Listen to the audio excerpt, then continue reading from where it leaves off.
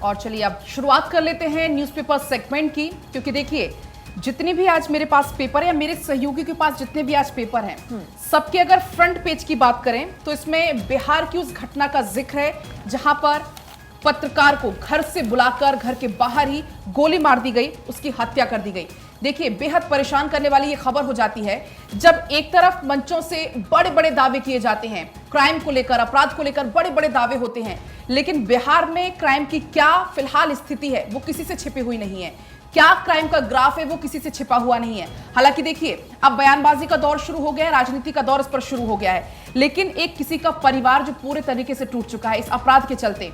हालांकि पहले तो सिर्फ जंगल राज एक राजनीतिक शब्द होता था, लेकिन अब विमल का परिवार भी बोलने लगा है कि बिहार में तो सिर्फ और सिर्फ जंगल राज है। हालांकि देखिए सीएम नीतीश कुमार से जब कल बात की गई इसको लेकर, बिहार की फिलहाल क्राइम स्थिति को लेकर जब सीएम नीतीश कुमार से बातचीत की गई तो हालांकि सीएम नीतीश कुमार का इसमें कहना था कि बिहार में फिलहाल क्राइम कंट्रोल में है, लेकिन जो तमाम खबरें आए दिन हम आप तक पहुंचाते हैं, बिहार से आए दिन जो तमाम हम खबरें सुनते हैं, पत्रकारों की कभी हत्या होती है, कभी पुलिस वाले इसमें सुरक्षित नहीं है, तो बड़ा सवाल इसमें यह हो जाता है कि जब पत्रकार सुरक्षित नहीं है, पुलिस वाले सुरक्षित नहीं है, तो आम लोगों इसमें क्या उम्मीद करेंगे।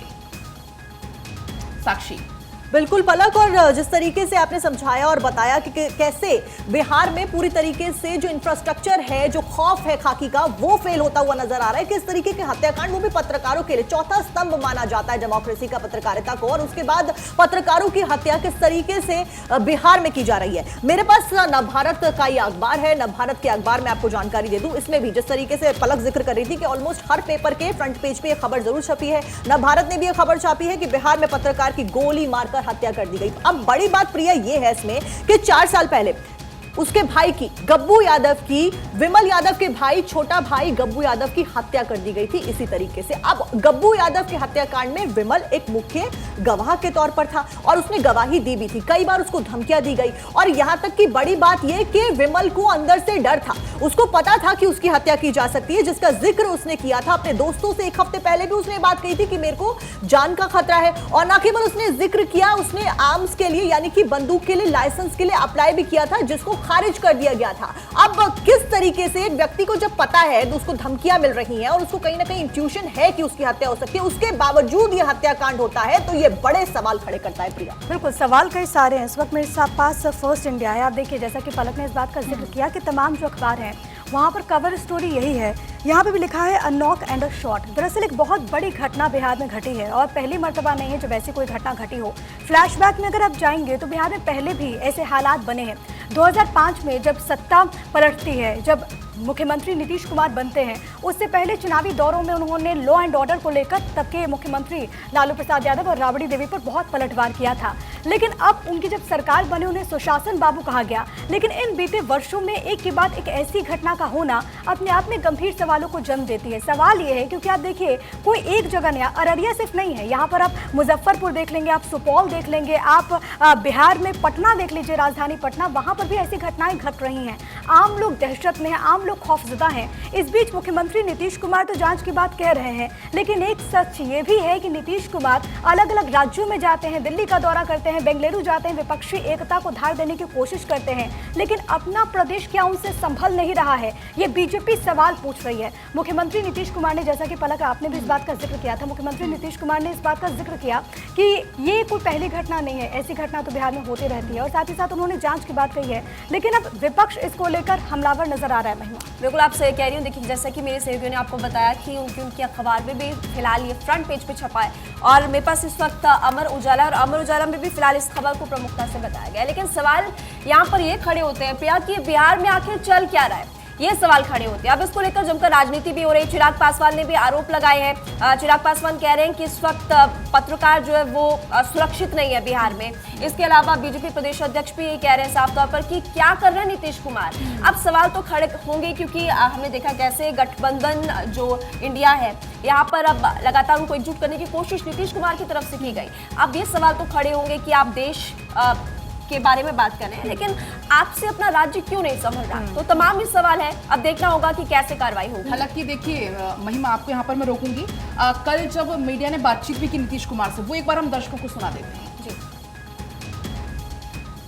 ये दुख की बात हो तो देख रहा है कोई किसी के बारे में हुआ है, अभी एक न्यूज आया, तुरंत हमने अधिकारियों को कह दिया कि क्या हुआ है जी, इस तरह से हुआ, हमको बड़ा दुख हुआ।